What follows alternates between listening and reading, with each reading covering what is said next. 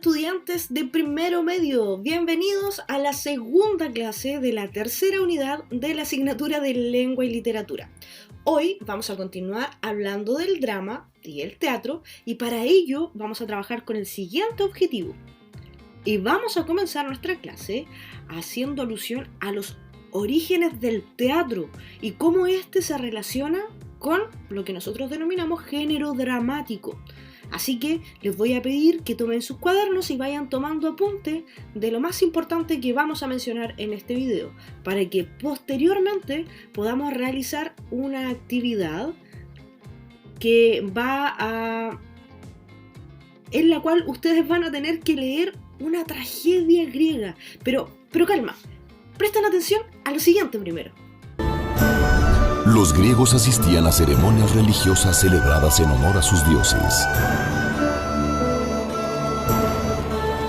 Así lo acostumbraban en las ciudades que había regadas por los valles de la región del Ática.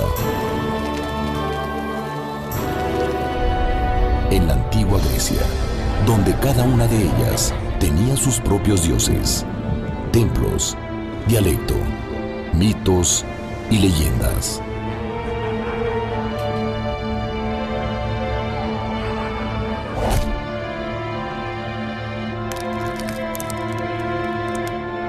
Durante estas ceremonias, los griegos consagraban los hechos sobrenaturales de sus dioses. Descubrían la vida y obra de sus héroes mitológicos y legendarios.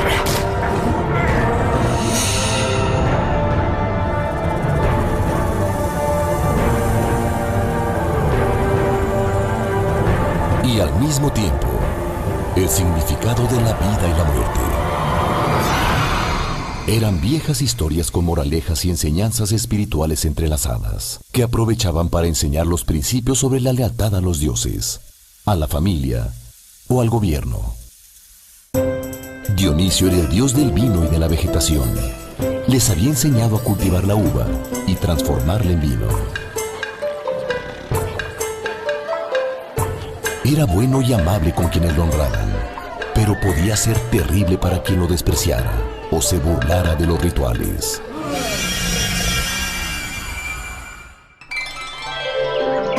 Dionisio moría cada invierno, pero renacía en la primavera. Para sus adeptos, este renacimiento acompañaba tanto la renovación de los frutos de la tierra, como de alguna manera, una posible resurrección. El festival más importante en Atenas era el de las grandes Dionisíacas, que duraba 5 días seguidos y se celebraba cada primavera y cada invierno. Estos rituales se llevaban a cabo antes de que existiera el teatro. En el año 534 antes de nuestra era, Pisístrato era el jefe de gobierno en la ciudad de Atenas. Él buscó la manera de que llegara más gente de los alrededores a celebrar las grandes Dionisíacas.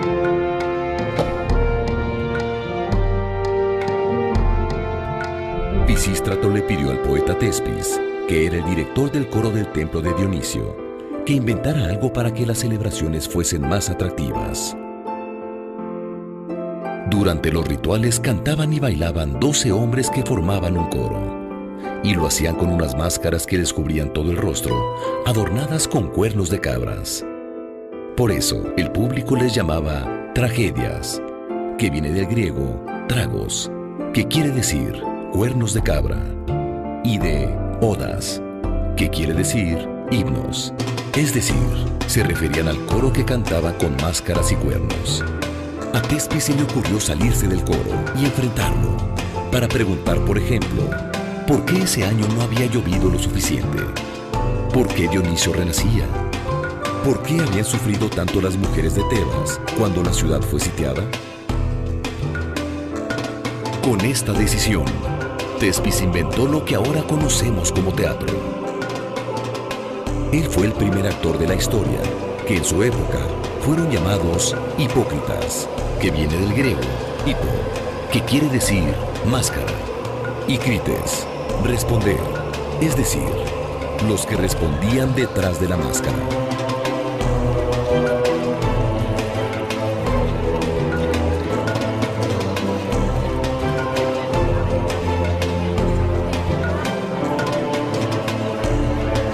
El enfrentamiento del hipócrita con el coro creaba un diálogo que le gustó mucho al público, pues con esto se creaba un mayor interés por las historias que se contaban.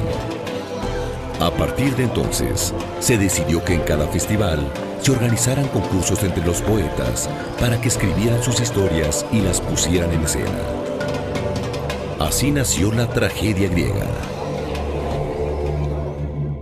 Ok, revisa los apuntes que tomaste del video y responde las siguientes preguntas. Muy bien, a continuación te voy a pedir que abras tu libro en la página 174. Aquí observaremos la siguiente imagen para responder a algunas preguntitas. Antígona dando sepultura a Polinices.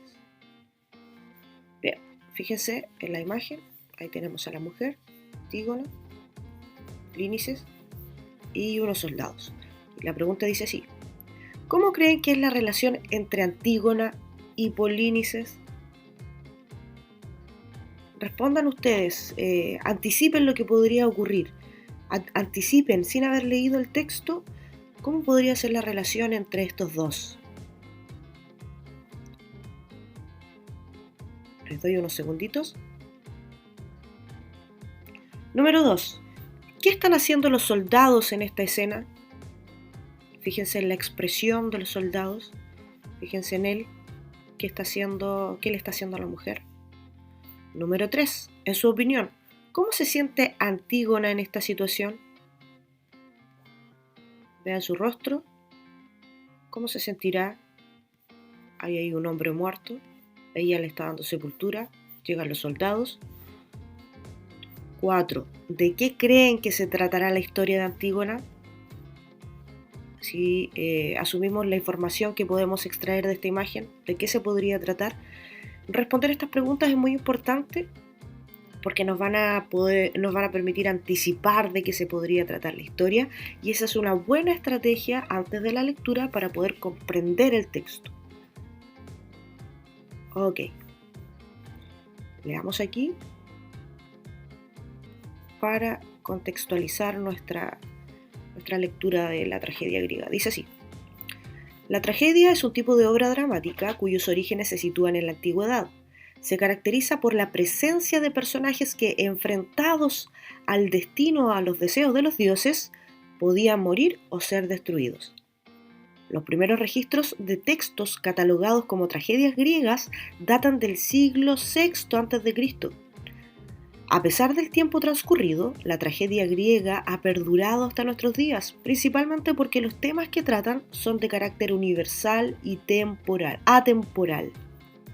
En otras palabras, abordan temas que son relevantes en todas las épocas, como conflictos familiares, éticos o existenciales. La tragedia griega fue escrita y representada para que los espectadores pudieran entenderla y emocionarse con ella. Esto último es importante, pues uno de los objetivos principales de la tragedia consistía en lograr que el público experimentase emociones como la compasión, el temor, el odio, entre otras. A Antígona entonces, veamos acá este cuadro que dice Sófocles, 496 a.C., 406 a.C. Junto con Esquilo y Eurípides, Sófocles, el autor de Antígona, es uno de los grandes poetas trágicos de la antigua Grecia. Entre sus obras más importantes se encuentran Edipo Rey, Edipo en Colona y Antígona. Estas tres obras desarrollan la historia de la familia de Edipo desde sus orígenes hasta el final. Muy bien. A continuación, leerás Antígona, que es sin duda una de las obras más importantes del teatro occidental. Fue escrita por Sófocles, dramaturgo griego del siglo V a.C. Conocer esta obra te permitirá comprender cómo se vivía y cómo veían el mundo las personas en esta época. Antígona es la tercera y última tragedia sobre la familia de Edipo. Aunque Sófocles no escribió estas obras pensando en una trilogía, una obra compuesta por 3 partes, resulta muy difícil comprender con profundidad el sentido de una sin haber leído o conocido las otras. Por lo tanto, atención. En Edipo Rey, la primera tragedia, se cuenta la historia de cómo Edipo se convierte en rey de Tebas y cómo, sin saberlo, mata a su padre y se casa con su madre, Iocasta. Con ella tendrá 4 hijos, Polinices, Eteocles, Ismena y Antígona. Esta tragedia termina con el suicidio de Iocasta y con Edipo ciego, pues al enterarse de quiénes son sus verdaderos padres, se arranca los ojos y se va de Tebas. Cuando Edipo abandona Tebas, sus hijos acuerdan alternarse en el trono, es decir, cada uno gobernará un año, al final del cual le entregará el poder al otro. Sin embargo, tras el primer gobierno de Eteocles, este se niega a entregarle el poder a su hermano Polinices y lo expulsa de Tebas. Polinices se va a Argos y con el apoyo del rey de esa ciudad forma un ejército para recuperar el trono de Tebas. En este enfrentamiento militar, los hermanos se dan muerte mutuamente. Creonte, tío de los fallecidos, de Antígona y de Ismena, se convierte en el rey de Tebas. Haciendo uso de su poder, Creonte dictamina que Polinices no reciba las honras fúnebres porque ha cometido traición al atacar su ciudad. Esta situación pone en jaque a Antígona y la enfrenta al siguiente dilema moral: ¿obedecer la ley o rebelarse contra ella por amor a su hermano? Ahí está el conflicto que se va a desarrollar en la obra que ustedes van a leer. Ojo acá, los ritos fúnebres en Grecia eran muy rigurosos y estaban cargados de sentido. Al enterrar a los muertos según el rito, los espíritus de los antepasados se transformaban en símbolo de culto. Cuando los cuerpos no eran debidamente sepultados y honrados, sus almas vagaban eternamente sin descanso. De ahí la preocupación de Antígona.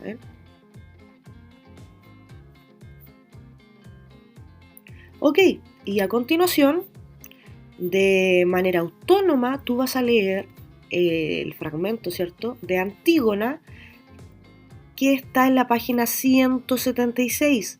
Procura fijarte en algunos conceptos, algunas palabras que probablemente no conozcas, que están aquí coloreadas, y al costado aparece su explicación, su significado. Lo que deberás hacer, aparte de leer, es que a medida que vayas leyendo este texto dramático, vayas respondiendo las preguntas durante la lectura, estas que están al costado derecho en esta página. Y eso es todo, muchachos, por hoy. Disfruten esta lectura para que la próxima clase podamos realizar el análisis más profundo de este texto. Adiós, que estén muy bien, nos vemos pronto.